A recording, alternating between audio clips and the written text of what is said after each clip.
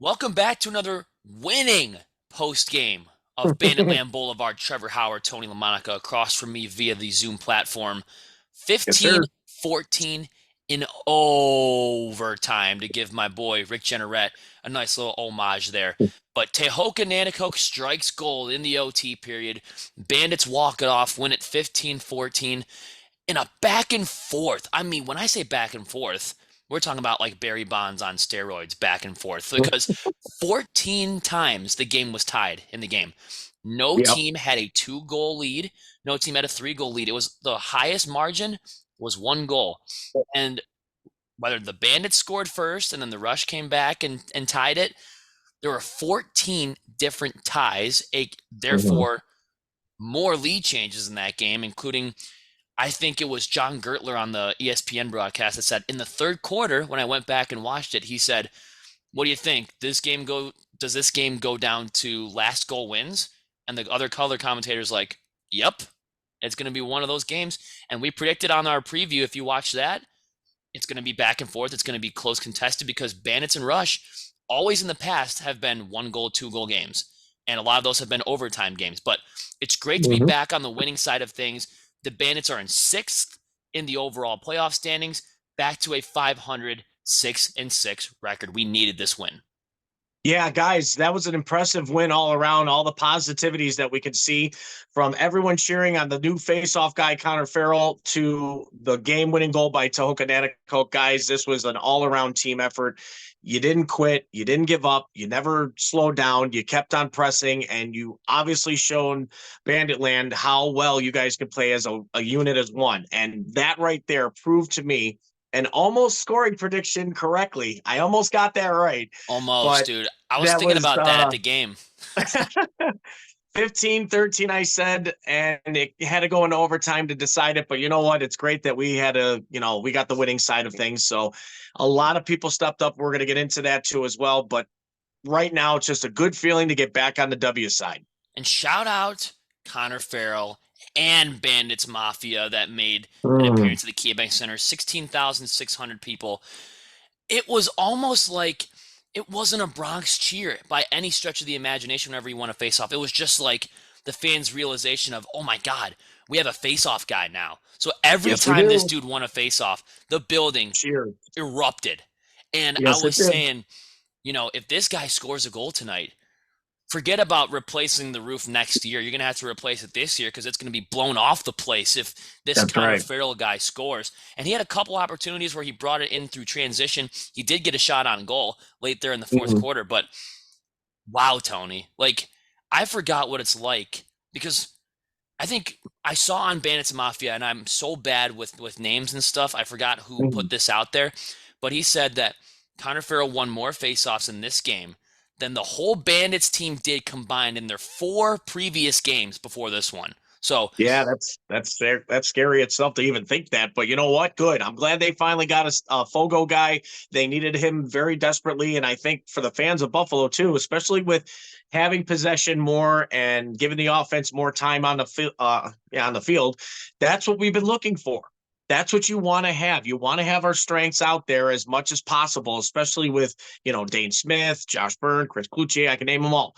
But yes. realistically, but that's what sets the pace. That's what sets the tone of the game is that if you maintain control, you set your own destiny right there and then. And that's so great that Connor Farrell came in winning 27 of 33. I'll repeat that again, winning 27 of 33 faceoffs to debut his first game as a Bandit. And my God, he did not disappoint anybody at all. And it was so great to hear everybody chanting for him to come out. It's not "Let's Go Bandits," it was "Let's Go Farrell." Connor Unfriggin' real. Farrell. Yep. Yeah, exactly. So it was unreal to listen to. It was so great. No, and this is a guy who he said in his post-game interview, like, I really had no intentions of playing indoor, but I emailed Steve Dietrich and I said, if you need me, I'm here. And he Mm-hmm. said, I don't want to, if I'm playing indoors, I wouldn't want to play anywhere else besides Banditland. So I'm like, this is a guy That's who wants to awesome. wear it on his sleeve. His first night, he's leading around the victory lap after Tehoka scored in overtime. He had no clue what he was doing, and Josh Byrne was kind of like, you can go back and watch it on ESPN Plus when they're doing the victory lap. He's like, you have to run. You're leading the line. You're running around the whole rink, and then you're going to run back to the Yep. locker room. He stops at the penalty box, and Josh is like, keep going, keep running, keep going. Uh, so it was kind of a rite of passage for him to see that, and it was great because I remember we're going to talk about Nathaniel Kozevnikov, but I remember when we won in overtime against Philadelphia last year, that was Kozevnikov's first game, Yeah. and he led the line for the Bandits last year. So it's kind of like a rite of passage. You play your first game and you win in front of Banditland, you're leading the line. So it must Yep. have been pretty cool for him after that. Yeah, I mean, that's what you get the respect from the team. That shows that they like you, they want you to stay around, and basically they acknowledge that your presence is there. And with how you good, excuse me, how good you did that very game, especially against a Rush team that would, like you said, statistically, we've always kept it a 1 goal close. Guys, no offense to Max Adler, really none, but Connor Farrell is another atmosphere out there. But believe me when I say this, that big dudes push people around, and my God, he set the pace. Like, if you're gonna beat me, you're gonna have to put your biggest guy out there. So when I saw Triolo and the one face-off time when he faced off against Farrell, that was the only time I seen him lose. Really. Yeah, against a Honest guy to who's God, six that's the foot only eight. time, because it's like, damn, who are you going to put up against to beat Farrell? I mean, they had Kid the Third nonstop trying to beat him in faceoffs, and he only Trying. maybe got lucky with 2. And then Triolo comes in and he wins 1. But other than that, guys, over 50% face-offs. What is that? Like basically Almost 60 80. something. It's almost 80. Oh Yeah. man, I gotta pull it out. 60 to You say 80. 27 of 33.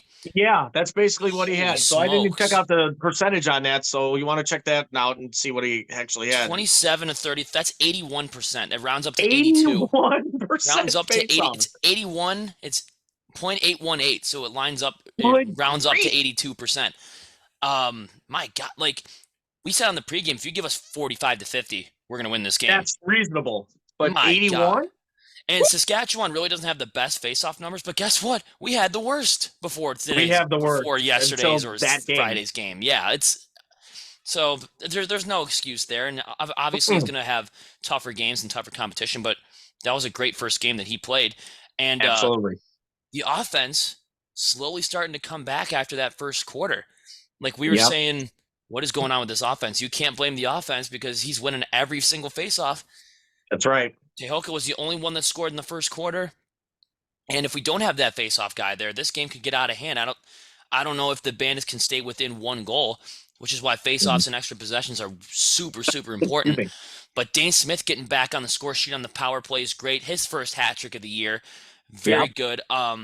Which he was shooting the ball from everywhere around the rink. I That's think okay. 92 was really picking his spot. I think he was robbed on a couple different opportunities. But he's definitely finding the back of the net more often. Chris Kluche, how about 2 Sports Center top 10 goals? The one Oh through my the God. leg and the one Yep. behind the back. Chris Kluche, Yep. he was one of my players to watch, and that's the exact reason why. Chris Kluche is back. Yeah, with a Hattie himself, that's all he had to do. If you don't contribute on the assist column, he definitely did on the goal column, and that's what we needed.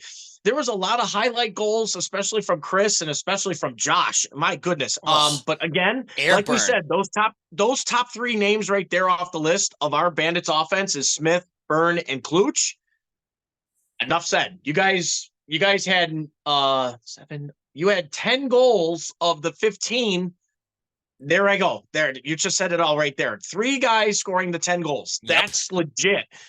And again, yes, the secondary stepped up too with having Nanticoke scoring 4, especially with the game winner, and McKay getting his lonely goal. But again, new names popping up and stepping up and taking the role that we need to like get things moving. We need to get the winning side back. And you know what?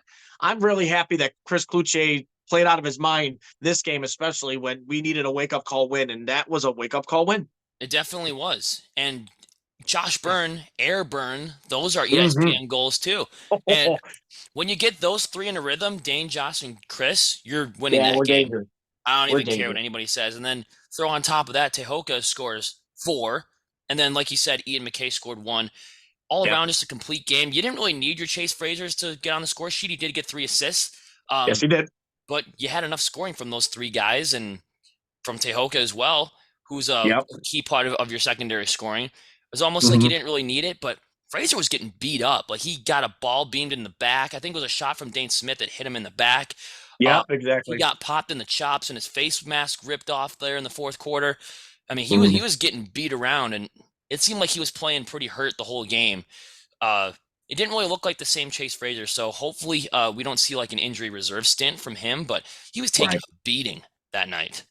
Yeah, Chase didn't. I mean, at the end of the game, too, he slammed his stick on the bench, and it didn't seem like he was very happy with either the fact of his performance or possibly because he was just hurt or he was playing hurt, like you said. And again, that's kind of concerning to let hey, that our secondary guy is possibly might be out for a week or two, but that's okay. You know what? We got the depth to fix it. I mean, love to have Christian Watts back up, or we could possibly have Sam LaRue fill the void. For It sure. does not matter. I mean, our depth is strong as usual, but again, now this also kind of concerns about the fact that injuries are really starting to take more in effect. And we just lost Justin Martin Yep. to this game as well. That's Another hurts our defenseman. defense again. So who do we place there now? Who comes back, or who is this a surprise, say, return from Bomberry, or possibly maybe Spanger gets back in the lineup again? So again, we don't know until usually around game time anyways. So keep your heads up and listen in on us and basically about Bandits their webpage too to find out about who's going to be playing or whatnot. And a game where Matt Vince came back from injury, too. Mm-hmm. There were a lot of question marks about 48. I thought there were a lot of stops that he should have been making. But Right. with one of the saves in the third quarter, Matt Vince Mm-hmm. passed the all-time leader in saves in Bandits franchise history. So when it's all Congratulations, Matt. said and done, Matt Vince is the greatest goalie this team has ever seen. And Yep. his number, I've been seeing a lot of stuff on Facebook about it. Like, put 9 and 48 And in the 48 up. rafters I agree. when it's all said and done. Humbly agree, because I think the reasons why we haven't heard, from Stainhouse, especially with having the 9 put up, and nobody has ever worn it ever since he's been gone. Yep. It is time to give him his respect that he deserves, and that is especially to put that number 9 up on the rafters with the rest of them. And then when Vince says, "Okay, guys, you know what? I'm old. I'm getting tired. It's time for me to hang him. I've gotten you a championship, and I've also like to get number 2." I think not to sound optimistic, but Trevor, I think if he does get another championship with the Bandits, I think he does hang him, Yeah, I because think I he think does too. it Yep. comes down to the point where, like, you know what, if I'm going to go out, I want to go out as a champion. And then, that's a good motivation to say, if I do it this year, if I do it the following year, or my last year of my contract, you know what, so be it. I think it's time. But you know what, well-deserved goaltender to not only be the one of the goats of the National Lacrosse League, but all-time That's right. save for the Buffalo Bandits. Congratulations, Matt Vince. You deserve it. Yeah, and he just doesn't really look like the same player as he did last year. So if he does go Mhm. out on top, I think he does retire. Um, Yeah, he was getting beat by the 5-hole, which was very uncharacteristic to see um, from him. But it could just be, his jitters from his first game back. But I think he's on a right. streak of 4 straight starts for Matt Vince, where he's given up at least 13 goals or more. So Mhm. the question does loom: should he ponder retirement? I think he should. But I mean, he's still got the rest of this season and hopefully the playoffs to make that decision. So I would love to Right. see him end his career on a high note. He's on a 2-year contract. So maybe, this is just maybe a down year compared to maybe last year or the year before, and he can come back Sure. next year. We really don't know the situation, but we know Well, that the more time, Constantopoulos and Orelman and Devlin Shanahan sit behind him and watch him, the better they're going to get. They're getting the Brett Favre, Aaron Rodgers treatment. So the longer they sit behind him and watch him, I think the more that they're going to grow in their own game. And sure. Matt Vince will be back on this coaching staff or something. I think maybe on the goaltending side of things, or maybe a president of operations or something. But I don't think he's going to leave the sport entirely. But even though No. he's probably one of the greatest goalies of all time, like Dallas Elliott, he's up there with Elliott, and in Bandits history, he's up there with Patty O'Toole. I want to say Eddie was probably O'Toole, our Dietrich himself, Dietrich, yep, and Thompson, Thompson and and probably Kenny Cosmo too. Kenny Don't Montour, forget about Anthony. Anthony Cosmo. That's right, Anthony Cosmo, who is on the coaching staff right now. But Yeah, Matt Vince, I think he was just knocking some rust off there. A lot of Mhm. uncharacteristic goals that the Rush were Sure. scoring against him. The one that Kazevnikov scored, that's why I was kind of heated when we traded him away for a backup goalie. The one where Mhm. he scored the sidearm when he was jumping through the air off his back foot and scored a top shelf. I'm like, that's the Yep. potential. But Oh, sure. like what John Gertler said, it's great to see Mhm. him getting full-time reps. I think if you kept Kazevnikov on this team, I think he's getting second team reps and he's not going to be a full-time starter. So I am happy for Kaz on that one. Yeah, Kazi, like I said, it's nice to see him come back again in Banditland, and he had himself a good. Actually, I wrote it down. It's a multi-point He night. he had a 4 point night. He had a 1 goal, 3 assist night. Contributing to the Rush, especially with how well their strong guys of Ryan Keenan and Robert Church were playing outstanding for the Oh Rush too. By the man. way, and again, like I said, they have like a based roster like we do. Everybody can score on their roster, and so can we. So, like you said before, Trevor, it was coming down to who wanted it more. But thankfully, on our side, it was the Bandits that night. And I thought the Bandits, for the most part, I thought they did very well staying out of the penalty Mhm. box. You know, Yes, they did. those I think the 5-on-3 in the fourth quarter that they killed off was huge. The special teams really showed up there. The if you want Yes, to they break sure out the did. calculators for this one, you don't have to because the Saskatchewan Rush went 0 for 2 on the Yep. power play.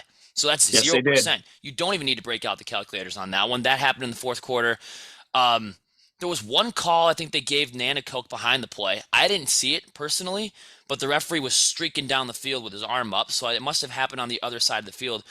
The Yeah, Nick Weiss penalty was that was terrible. a complete joke. That was a No, complete joke. this is a message to all NLL referees out there. This isn't fucking ballet. This is lacrosse. Let the boys play. That was a crap call. And then he hit him shoulder to shoulder, and they called him for an illegal cross check. Like I could actually alliterate to that, Trevor, because he did leave his feet. That's the only one I'll give them. that's Actually, the let wrong call not then. now they right, I get it, but still, but he did leave his feet, and you're not supposed to leave your feet when you make a body check, which is understandable. But again, you can't. That's potentially to go for the head, and you know what? That's okay for the referees to look at it and go, well, can we let it go, or are we gonna have Saskatchewan chop us down because of that fact? We want to make sure we're protecting all players. So again, I kind of got to say that was an okay call because that was kind of a foolish penalty to take, especially when I believe they were up 14-13 at the time. Yep. And, 13-12, I think it was.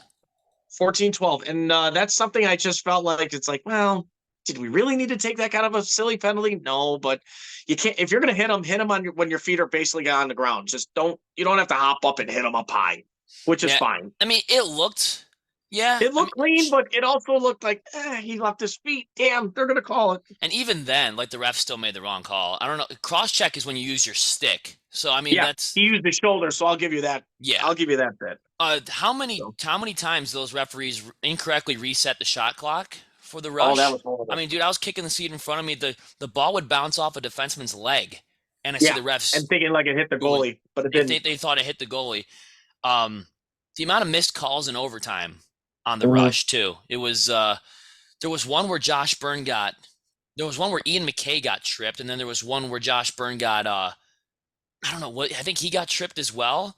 And then Mhm. with like 2 minutes to go in the fourth quarter, Tehoka Nanticoke gets cross-checked in the face behind the net Nothing. in a tie Nothing. game. No call. But yeah, they'll immediately call Nick Weiss. It's just call it down the middle. Like the Saskatchewan Rush needed government assistance to help them win this game, and the band still won. Talk about overcoming adversity right there. You had to Yeah. face against two teams, and you were credited with one win. So I don't know. These referees, we let them hear it that they sucked. I mean, if you go back and you watch the ESPN Plus broadcast, go to like early on in the fourth quarter, you hear raining boos and ref you suck chants everywhere, and Oh it's yeah. warranted. Those guys stink. Like it's awful. It's horrible to watch. But the Bandits came out on top because I thought they were I think they're the better team on paper going up against the Saskatchewan Rush, and they were Sure. never really out of it to begin with. The most they were down by was one goal, and they tied the game 13 other times. So they Yeah. were never really out of it. And I knew when they got that final possession, when they actually called the loose ball push on Josh Byrne, Mhm. I see Tehoka standing at the center, right in the middle of the slot. I'm like, dude, he's open. Feed him the ball. Boom, boom, boom. Back of the net goal. Section 106 went insane because we love Tehoka. I think everyone in that building loves Tehoka. I think nobody bleeds Banditland and the city of Buffalo more than number one does. But the fact that he scored that goal in his first 4-goal game of the year, the offense Yep. is starting to roll. We get that overtime win, kind of like last year, where a game is back and forth and we win it at home in overtime. We're kind of getting those feelings back from last year, which I like. We can trend this in the right direction as we approach Toronto next week, a team that we know that we can beat at home. Yep, it's going to be a game time decision to where, hey, our secondary guys are going to have to step up too as well, as much as our forwards that are playing, getting their 11-point games and 10-point games of Dane Smith and Josh Byrne. It's going to come down to where everyone needs to contribute again. And this is basically 60 minutes of lacrosse that the Buffalo Bandits have to do against Toronto. But we'll talk about that another time in our pregame. But I think going into this game, like you said, Trev, it was a must win. And also, Yep. it had to be done. We had to set the tone and set a statement. The statement was made when we got Connor Farrell. Good. Faceoffs are no longer a problem. It's gonna be challenging from here on in, but to have that momentum and have that positive, winning percentage of the faceoffs, great. That's a great start. Yeah. Having the offense start to click, yeah, not in the first quarter, but after that, they started picking it up. They're rolling. Having Dane Smith shoot more, he's getting goals back. Like I said, if he gets like 2 or 3 per, that should be a win for the Bandits. Also, I said, if they had 14 goals, that is your mark to hit, and they did, but it had to come down to overtime to get that game-winning 15th. So, again, that kind of sets the tone for the Bandits to say, if we can get 14 goals offensively and really hold them back as much as we can, great. You guys did your job. But having Vince back also brought that defensive confidence back, too, because you have a good set goaltender in the pipes. And I'm not saying any disrespect to Shanahan or Orelman or whoever the hell plays behind Vince.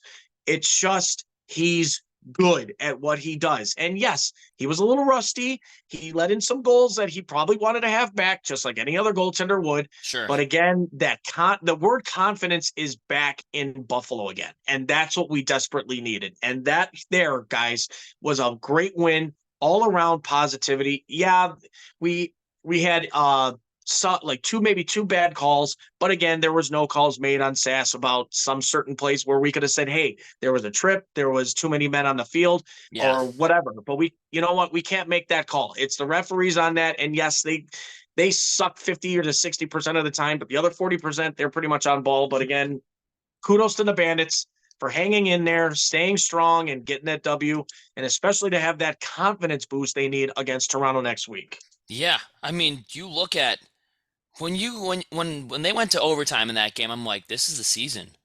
If they score, the season's alive. If they don't, that's tough sledding the rest of the way. Pretty much. When I saw Robert Church walk in virtually untouched with like 31 seconds to go, I was like, oh my God, come on. Like, we needed a stop because I don't know if I can handle this overtime stuff anymore. I saw so much of that last year. Yeah. And a little bit of it the year before that. I'm like, I saw on Facebook today the Bandits are currently on a 9-game win streak when they go to overtime. I'm like, okay, yeah, that's a good thing. Helps us out in the long run. But sometimes, like, my heart just can't take it. The blood pressure's through the freaking roof. And when you win that first faceoff and you don't execute in overtime and you give Saskatchewan the ball, I'm like, oh God, like that's when it really hits you there. But we just have the clutch factor on this team. Pick a name out of a hat. They have some clutch gene in them. Dane Smith. How many overtime goals has this guy had in the past 3 years? 2.5, 3 years. A bunch. Josh Byrne has had a bunch of style point goals in overtime. Kluche, I think he had a couple overtime goals. Steve Priolo got it on the action in overtime, and now it's Tehoka Nanticoke's turn to score. Yep. So we got a whole bunch of guys that can score, a whole bunch of guys that they don't panic, which I love. In overtime, these guys are calm. They're cool. They're collected. They don't overthink anything. They just they play the game the same as if it was the 10 minutes to go in the second quarter. Yep, and guys especially like you said. Also, I believe we also had Fraser who scored a couple goals last year too in overtime. Yep. The last time we played the Rush was a 12-11 victory. It was Chase that scored that. Chase that scored. Again, I think it was in Saskatchewan though. Yes, it was, and that's huge because I think going the distance, especially with how our roster has been going so far, no matter what the minor changes could be, we just find a way to win. And you know what? Like that guy stated on the stats about the 9 straight overtime victories, you know what? Maybe it's best that we go that far. And you know what? Yes, it is risky. And yes, it's nerve wracking I because my like our heart was odds though in racing. OT. I love our But odds in OT has been overtime. good to us. Yep. So maybe it's best that we do it. So you know what? Go for it every time if you have to. But obviously, people want to see the W in the regulation time, like most people do. But overtime, we're pretty good at that. So 9-0. Can't go wrong. Yeah. I mean, it was great to see someone get wide open just right in front of the net. Like they're Mm-hmm. they're they want to go for the jugular in overtime, and Tehoka's standing there like, okay, if you're not going to cover me, I'm going to score. He Yeah. was standing there for 6 or 7 seconds, just wide open. I'm like, give him the ball, give him the ball, give him the ball. They Someone give give him him the the ball. ball. Defense was just standing there. I'm like, okay, free opportunity to score here. Let's go. And then he Let's go. obviously buried it. The Saskatchewan goalie, who was shutting us down a bunch, I think in his last game against us when he was in San Diego, Yeah. you could see how frustrated he was after that overtime goal. He's like, guys, are you kidding me? Like, I'm supposed to make a diving save like that with virtually no reaction time. Like, yeah, it's stuff like that. You catch the defense napping. That's the difference between the Bandits and their opposition when they go to overtime. Mm-hmm. Bandits, they don't change anything. The teams that they beat in overtime, I don't want to say jittery is the right word, but they get a little nervous, they get a little flat-footed, Mm-hmm. and they the Bandits treat it like any other quarter, which, like I mentioned before, the clutch gene, and you knew going into a game against Saskatchewan, overtime was a big possibility because that was the case in 2019, I think, when Chase Fraser scored on them. That one Yeah. went to overtime too, and you go all the way back to the early 2000s, these games were close when they started Sure. like taking the stats on point streak and stuff like that. Every matchup is close. The 2016 finals, I think game 1 was a 2-goal game and game 2 was a 1-goal game. Yeah. So we were never really out of it in that series either. They just came out on top. So you had to think going into this one, yeah, we might get overtime. Yeah, your blood pressure might be 190 over 120 by the end of this game, but that's fine because the Bandits usually go into overtime and take him down. And wearing the sweet jerseys, I'm surprised that Saskatchewan didn't rep those jerseys as well. But Yeah. we were looking for a hero. Tehoka Nanticoke was the hero. Yes, he was. He was our guardian of the galaxy night. So, That's right. Tehoka, congratulations on getting that game-winning goal, and especially having a good 4-goal game. That's what we expect from you.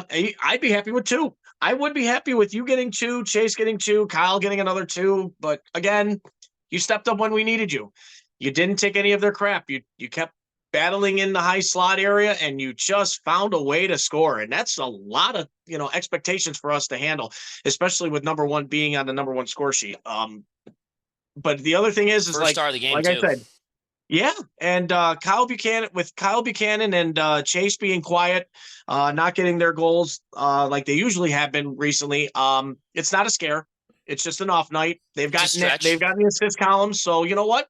It's okay. Watch. I think I got a funny feeling about next game, but I'll discuss that during pregame. But I got a feeling with these 2 that I just mentioned will be a big part of that game next week. Those guys tear up the Toronto Rock every time they play them. So if there was a game to come back on the score sheet, it's those 2. It would be them. Yeah, yes, for sure. Absolutely. And it was, I don't know if it, no, Tehoka was first star. I think Josh Byrne was second star, and Dane was the third star. And I see a lot of the times, I was looking at the full game highlights on YouTube, and people are commenting like, the Bandits just, even though they won, they really don't seem like they're back and whatever. Look at these stats. Dane Smith putting up another 10-point night, just like last year. Josh Byrne, or as 11. Our friend Brad used to call it, Dane Smith with a silent 10, because you look at the score sheet after and you're like, oh, he scored 10 points. I didn't realize it was that much. But you're not surprised at the end. Josh with 11. You don't need all your secondary guys to score. You score more than 14 goals.